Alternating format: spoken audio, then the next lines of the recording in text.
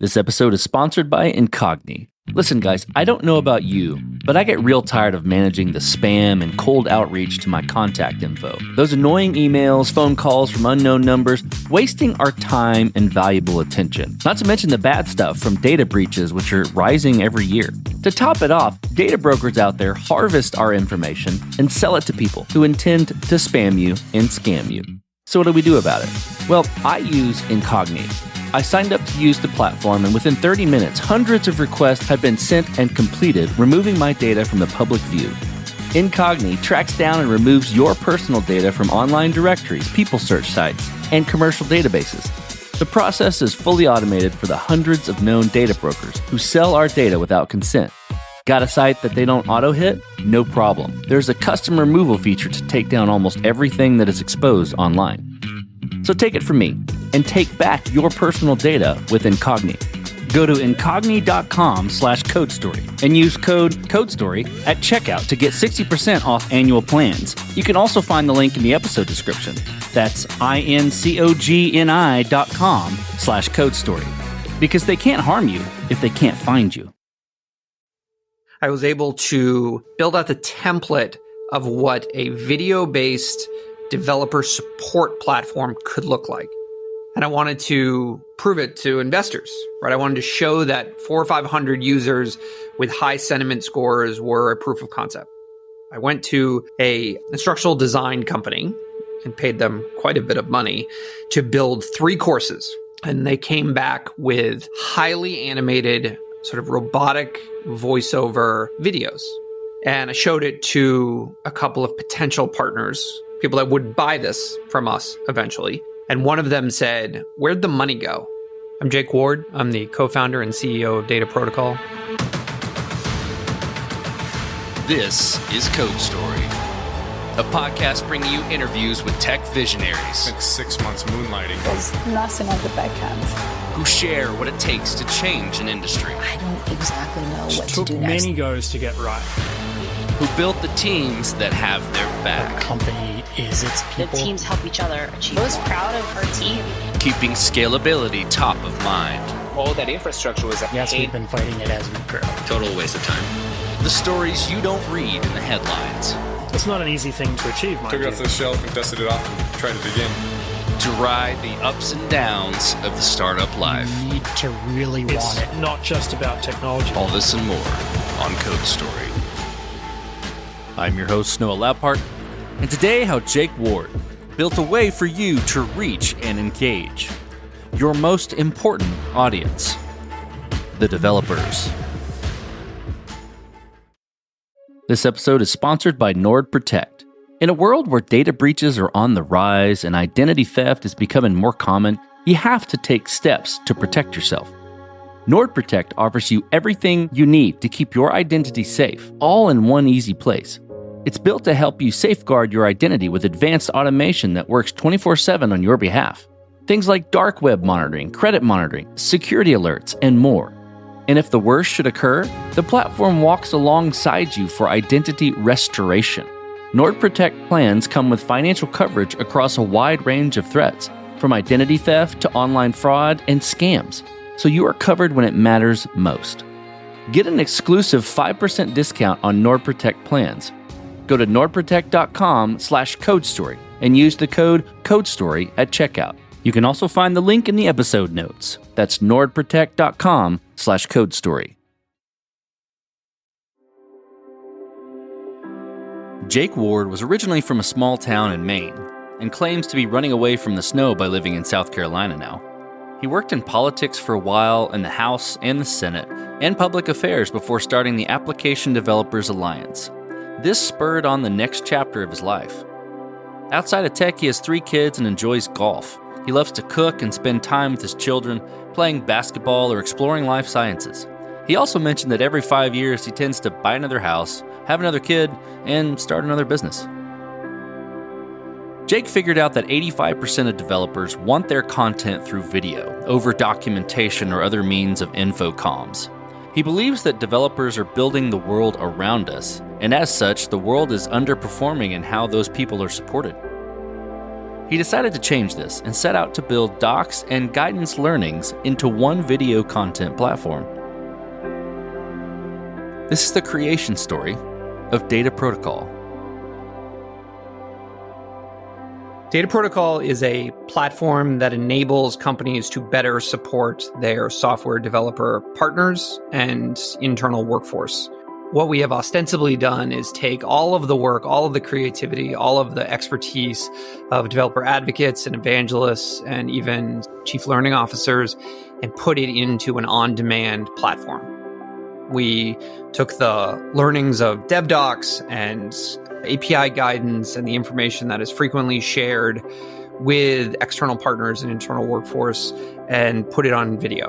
Right? We spin up what we think of as best-in-class content that is short form, incredibly propulsive and informative, and deliver it to developers so that they have what they need the way that they want.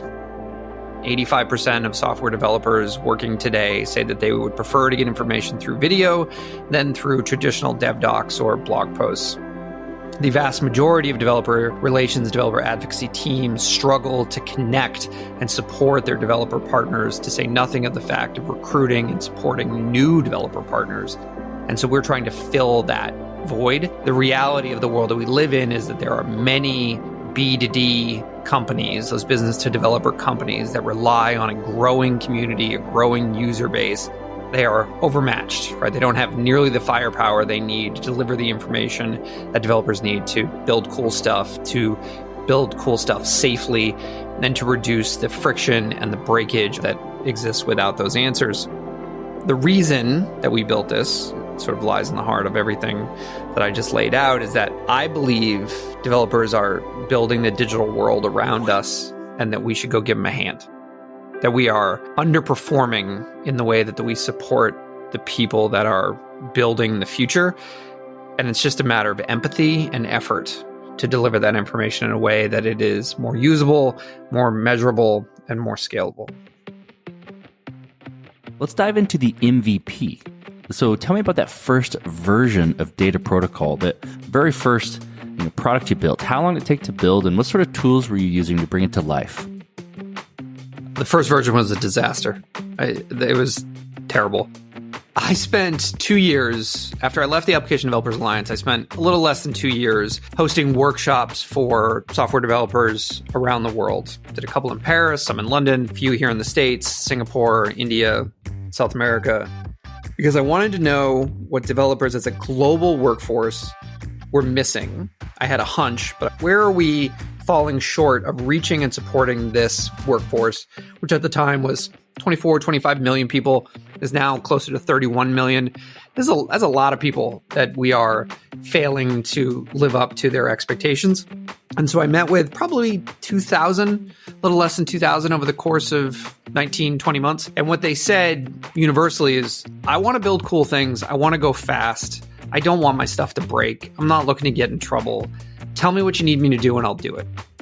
Okay, let's talk about what that means. Do you need better documentation? Do you need shorter, quippier communication? Is Discord going to get the job done? Common Room wasn't really exploding at the time, but if it had been, I would have said, is Common Room getting the job done? And they would have said, it's really cool, but that's not quite what we're talking about. Are there better ways for companies and their developer advocacy and relations teams to support you? So I went through this whole process. And at the end, I was able to build out the template of what a video-based developer support platform could look like. And I wanted to prove it to investors, right? I wanted to show that 400 or 500 users with high sentiment scores were a proof of concept. So I went to an instructional design company and paid them quite a bit of money to build 3 courses. And they came back with highly animated, sort of robotic voiceover videos with Scorum backend, so basically built for an LMS, that laid over, I think it was LearnDash, which is WordPress's LMS interface. And I showed it to a couple of potential partners, people that would buy this from us eventually. And one of them said, "Where'd the money go? I know you spent a lot of time and energy. You wrote the scripts, you gave them this information, and you paid them to do this. Where did the money go?" So that was a kick in the teeth. we went back to the drawing board. There's only 3 or 4 of us at the time. We went back to the drawing board and thought about the interface itself, how flat it felt. We weren't an LMS. We weren't trying to compete with Docebo or even Coursera or Udacity. That isn't what we were trying to do. This is supposed to be for developers. How do we make sure that they know that this is for them? And the idea of creating a CLI terminal interface on the screen was the answer to that question. Now you have this thing that tells developers when they open the front door, we designed this just for you. That's a good start. Now what? Well, we can use that interface to ask questions so that their hands need to stay on the keyboard, which is how developers work. It's also how they learn. We can use the rest of the interface to drop notes about what's important so that soft skill information can be boiled down to 14 words and pinned to an account. Okay, now we've got a back-end situation where everybody's got an account, all data is attributable, but we don't want anybody's first and last name. We just want to be able to create an account for them so that they can measure their success and their progress, that they can pin their notes to an account. Okay, now we have a framework. Where do we go from here? And then some of the central tenets made it into our beta. So that MVP was a dumpster fire. 4 months later, we were ready with those same scripts. We went and shot them as video in a WeWork in Washington, D.C., did some post-production to it, and put it in an interface that ultimately would look something like what we have now. With that beta in hand, I took it out to 500 or so of the 2,000 developers that I had met with. And what I got was near universal, this is great, more of this. Yes, this is a better way to learn. And from there, we were able to raise some money. So I guess 8 months all in for the MVP and beta. And then it took 99 days to build the sketch of the platform that has continued to evolve that sits at app.dataprotocol.com now. So you've got to the point where your MVP is done, right? You raised some money. You're ready to go off to the races. Tell me about how you matured and progressed the product. And I think to wrap that in a box a little bit, what I'm looking for is how did you build your roadmap? And what were you doing to decide, okay, this is the next most important thing to build or to address with Data Protocol? So I had the real advantage of having worked with a lot of startups when I was at the Application Developers Alliance. I worked with the guys at SendGrid and Twilio and Techstars in relatively early days. I remember horror stories of founders using this phrase that I heard more than once from more than one source to regale me with horror stories. It was founder's prerogative, which is the idea that when you're going through product design or you're building out function, a brainstorm or a discussion about features or functionality can be halted by the founder saying, nope, we're doing it this way, founder's prerogative.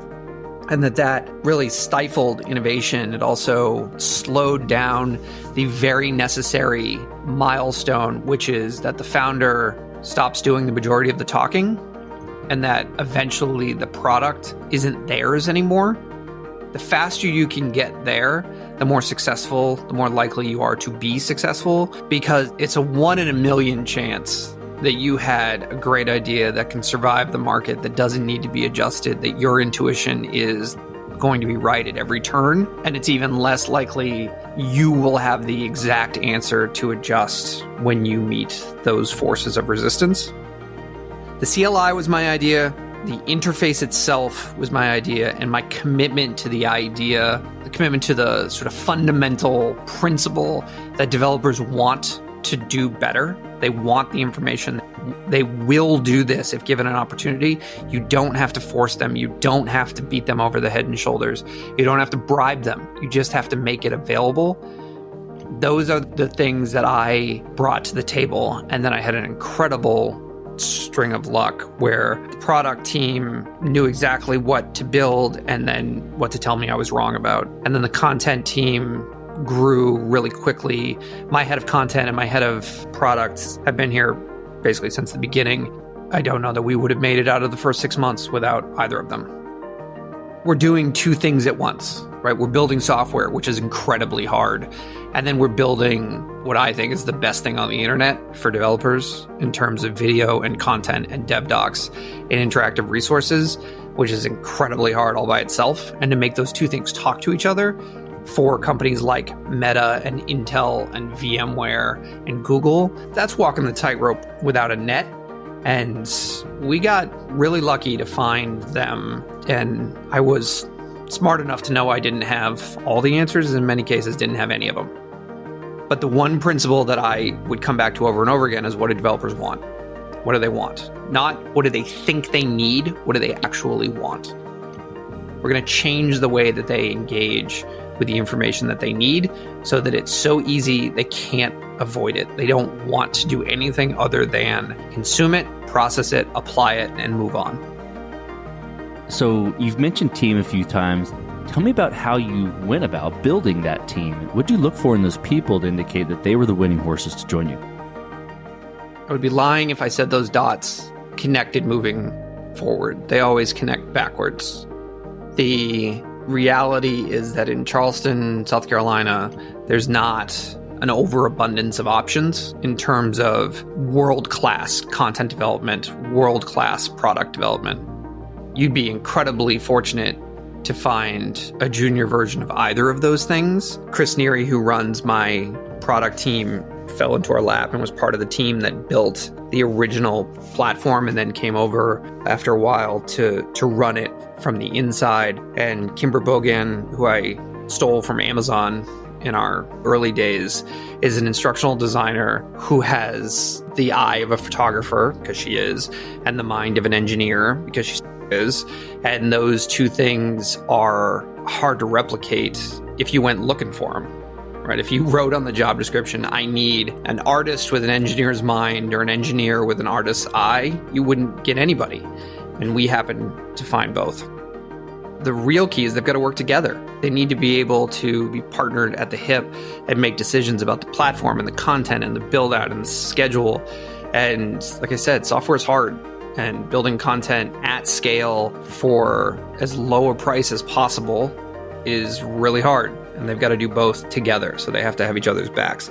So when I look backwards and I connect those dots as I plan out our roadmap for staffing moving forward, what I'm looking for is earned opinions that are loosely held. I'm looking for people that have stepped up and taken responsibility and accountability whenever they have the opportunity. I'm looking for somebody that before they leave at the end of the day turns to the person next to them and says, is there anything I could do for you today? So that when we dig into a foxhole together, we have each other's backs and we can make decisions together rather than slowing down to make sure everybody's on the same page. You can quickly tell who belongs inside an organization that's going this fast and trying to disrupt this much of a marketplace by the shorthand they are seeking with each other, not just the shorthand they're bringing to the table. Let's flip to scalability. And this will be interesting, especially given who you're building for and what you're building. You know, I heard you mentioning that the early MVP was a dumpster fire that you reset, but I'm curious about where scalability came into play. Was it built early days to scale efficiently or with scale in mind, or has there been any areas where you've had to fight it as you've grown? It was always built with scale in mind, though we have, I think, the unique challenge of a double-sided market in which both sides don't scale, only one does. People ask, how is that content model going to scale? To which I say it's not. The content doesn't scale. The users do. No developer uses just one API. No developer is interested in one privacy policy course, but not interested in a DDUP course from MetaQuest, right? Every piece of content on platform is A, valuable, B, valuable to more than one developer, and C, a price point for us. So the scalability of the audience is what we were building for. The content piece, what we needed to do was hammer the inefficiencies out of writing scripts, post-production graphic and design, and hosting on the platform itself, so that the metrics that we can deliver to a customer for engagement, proficiency, time on site, the general satisfaction and sentiment questions that we ask throughout the process. All of that information has to be available on a dashboard. We can't be writing reports for people. We can't be pulling PDFs and sending them over, right? That doesn't scale. If Skyflow is pushing their new features around a privacy vault on their site and ours, and they're seeing an uptick in use and adoption, they're going to want to look at their dashboard for a couple of thousand users because that's what their business model is based on.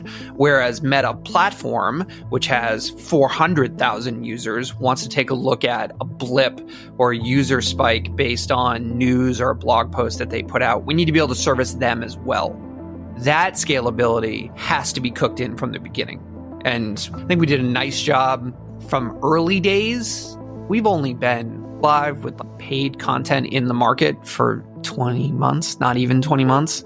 And the growth trajectory where we double every 2 or 3 months, where we're in terms of monthly active users, and the types of content that we're pushing out, product-based, promotional features and functions, as well as long-form compliance and sort of developer essentials for platform partnerships. That's a varied bag of content that I think really speaks to the need of developer audiences, as well as the appetite for content creation and bringing what would otherwise be dev docs and blog posts and memo form written updates to a video platform, video first platform. That to me is pretty close to product market fit. So we better be ready to scale. When you step out on the balcony and you look across all that you've built, what are you most proud of? The team, certainly the team. The way that they work together. When I am at a show or on location, even for a shoot, I don't have to be here to run the company. It's not that my leadership or even management isn't required for success, but it's certainly not required every day.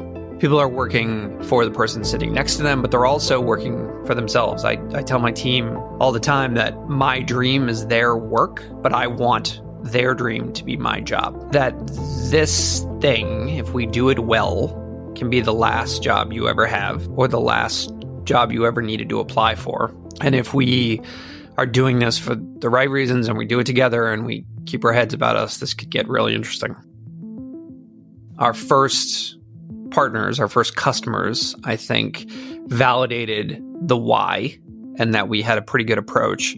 And the last year of near profitability and tremendous growth put us on a path to realizing that we have the foundation of something really important here. And so when I think about it, I'm proud of the content. I love the platform. I love the work. But it's looking at the way that the people work together and they care about each other and they do the work for each other that I appreciate the most. Let's flip the script a little bit. Tell me about a mistake you made and how you and your team responded to it. The first one, as you'll notice, I introduced myself as the co-founder of Data Protocol. I will never be anything less than grateful to my co-founders. I wouldn't have started this without them. There's no question about it. But I also was not fully committed because of them. Maybe because I didn't think that I needed to be. Maybe it's because I didn't believe that I was the best person of the three of us to do certain things. Whatever the cause, the outcome was that I did not have my hands on the wheel for 9 months of our early days. If I were to tell a founder, future CEO, it's like, you need to care about everything more than you've ever cared about anything in your life. Nothing is somebody else's problem. There's certainly times when you will delegate. There are a lot of times when you need to just shut up and let people do their work. But you got to care. You have to care. Even if you don't know what it is yet, there's no such thing as a halfway founder. I found that out when I had to make a decision about whether or not I could ever stop doing this. And I realized that I couldn't. Under no circumstances would I be willing to walk away from this. Almost overnight, it became my singular obsession. And so I would say that my mistake was not wrapping my arms around it earlier, that not fully understanding the sacrifice that it was going to take from the outset, and that the lesson learned from that is that you can't do this halfway. The second is a little more delicate. We got into a couple of situations with partners where we were being less than aggressive in the terms of our engagement, and were pretty, it's not that they abused that relationship, but they certainly did not appreciate that this was going to be hard for us. We've talked about who our first 5 partners were. These are massive companies. We've also had another 10 more on top of them. They don't think anything about a 90-day payment cycle. They don't think anything about asking you to do 3 more weeks worth of edits and changes to animation because they didn't have a lawyer take a look at something before it went to script. That's the kind of thing that could put a small startup out of business. This is a little bit related to the first mistake, but I didn't have my arms around those contracts yet. And so we were left doing work, losing time and money to meet the demands of very large companies in hopes that we would be able to get them back as partners. And in some ways, in some cases we did, and it turned out to be okay. But knowing what you're willing to do, white glove or otherwise, when you start an engagement, particularly when you're David to their Goliath, is something that you need to plan for, right? What's your contingency plan? What happens if you build the best possible product for the world's largest company and they tell you, no, go do it again? Are you going to say, no, this is what you get? This is what you agreed to, pay me my money? Are you really interested in racking up those legal fees? Those kinds of challenges are unforeseeable, perhaps, but certainly to be avoided whenever possible. Jake, this will be fun. What does the future look like for Data Protocol, the product, and for your team? The immediate future, I think we're going to have a very busy and profitable, literally profitable year building content for some very cool companies. The not so distant future is also going to see us bringing a number of products to market, data products, DevDoc products, as well as a new product offering that we're trying to name right now, which is interesting. And if anybody has any ideas, you can reach me, Jake at dataprotocol.com. But the idea is video as a service, where we will build short video content through our discovery process. We'll script it, we'll shoot it, etc. But you as the partner host it on your site. And the reason we're doing that is because there's a DevDoc integration product solution that we're really interested in, but we can't do it from our platform. We want those two things to talk to each other. We've got a pretty good handle on how to build things that live on Data Protocol, and we are ramping up production through our studio functionality on the other side, which puts us in front of millions more users on a yearly basis, which is pretty exciting. I think with the data product in hand, I suspect it's going to be another 9 months or so, but the idea would be, if you have a question, if you have an interest in aggregate feedback from a developer ecosystem, we want to talk to you. If you want to put content on platform in order to gather feedback from developers, we want to talk to you. If you are already putting content in front of developers, but you're not getting any metrics around how do they feel about it, what do they want to do with it, what's your churn look like, what's your ROI, lifetime value, we want to talk to you. All of that is data-based solutions that don't exist in developer relations, developer advocacy right now. And not to get too far out over my skis, but you did ask the question of what the future looks like. The number of developer relations, developer advocacy professionals that have lost their jobs in the last 18 months is staggering. I think we can help. I think that we can give them the metrics and the data that they need to prove their value. I think we can help their employers, the companies that they work for, and the developers they serve get information they need to make better decisions and be more effective, which, if done well, will change the way that developers are engaged and supported, period, full stop, and ultimately raise the standard of software development, the speed of development, reduce the breakage, the number of tickets that are written, the cost of support across the board. My goal is to change the way that developers are being supported, and in doing so, change the way software is being built. So let's switch to you. Who influences the way that you work? Name a person or many persons or something you look up to and why. I imagine that there are any number of interviews that you've done, Noah, in which you get platitudes like, I want to be as creative as Steve Jobs and take a 30,000-foot view of things and do this and that. But mine is much more sentimental and frankly lame. I want to lead with empathy. I want every product we build to be cooked into the way that it makes people feel when they solve their problem.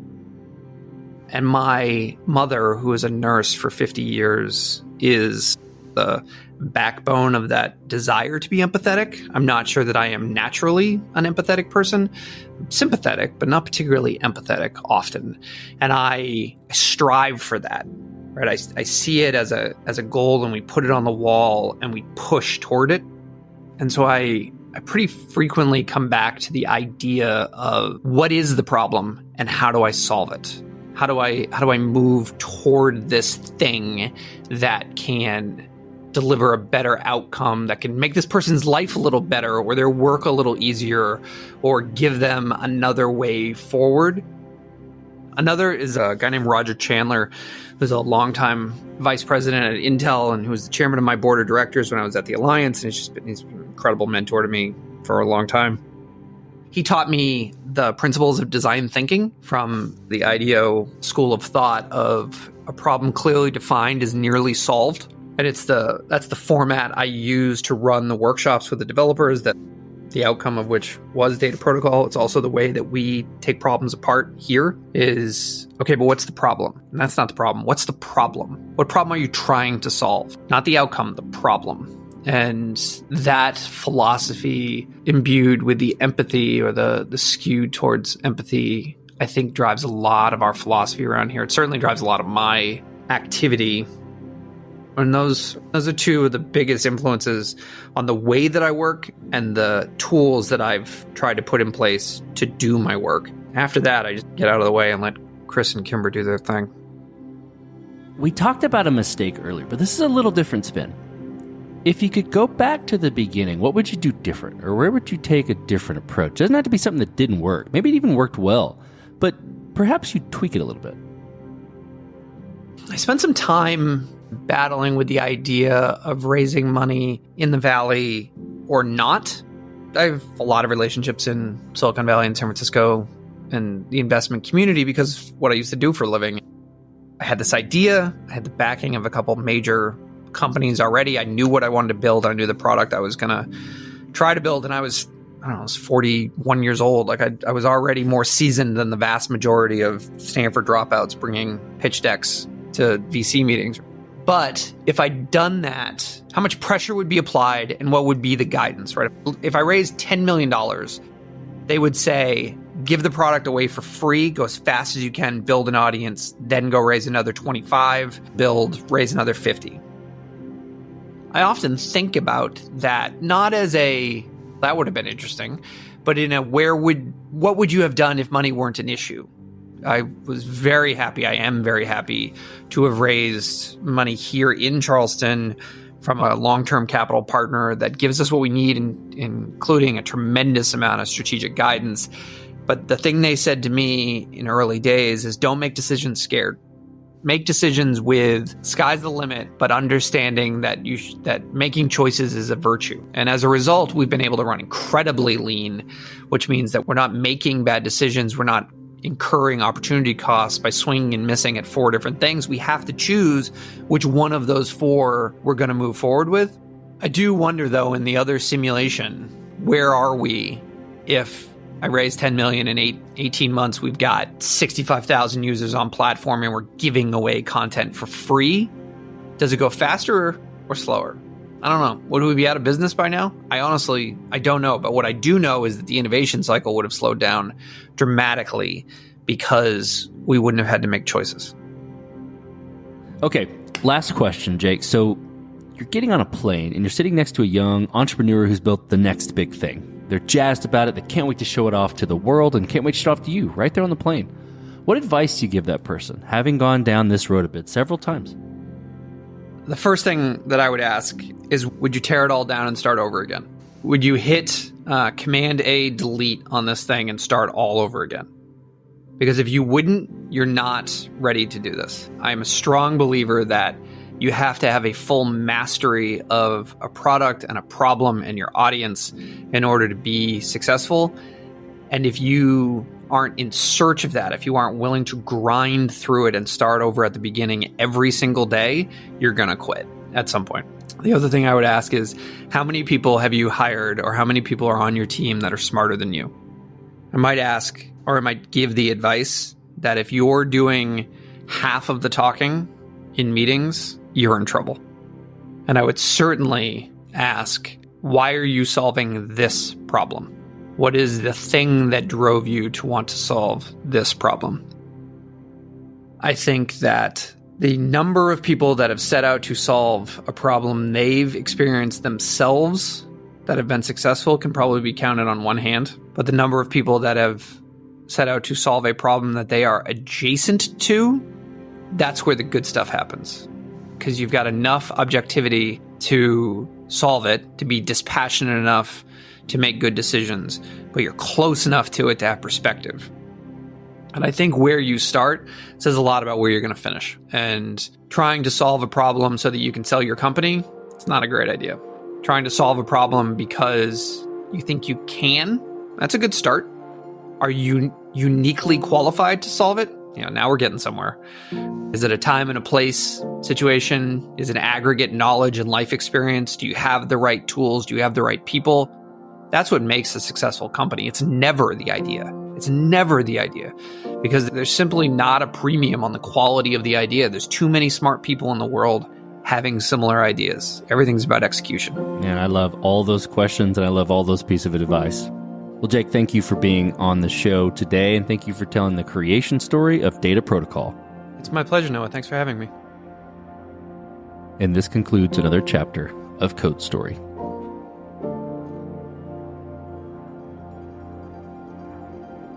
Code Story is hosted and produced by Noah Labhart. Be sure to subscribe on Apple Podcasts, Spotify, or the podcasting app of your choice.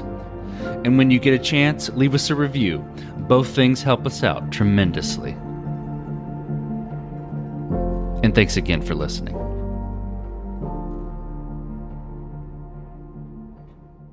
This message comes from Alteryx. Business breakthroughs aren't about more data. They're about getting your data ready to harness advanced analytics, custom models, AI, agentic futures, and more. Alteryx One makes that happen. Built for analysts, powered for the intelligent enterprise. Connect data from anywhere, automate analytics, and turn insight into action with speed. User-focused, secure, scalable. That's Alteryx One, trusted by nearly half of Global 2000 companies. Visit Alteryx.com to learn more.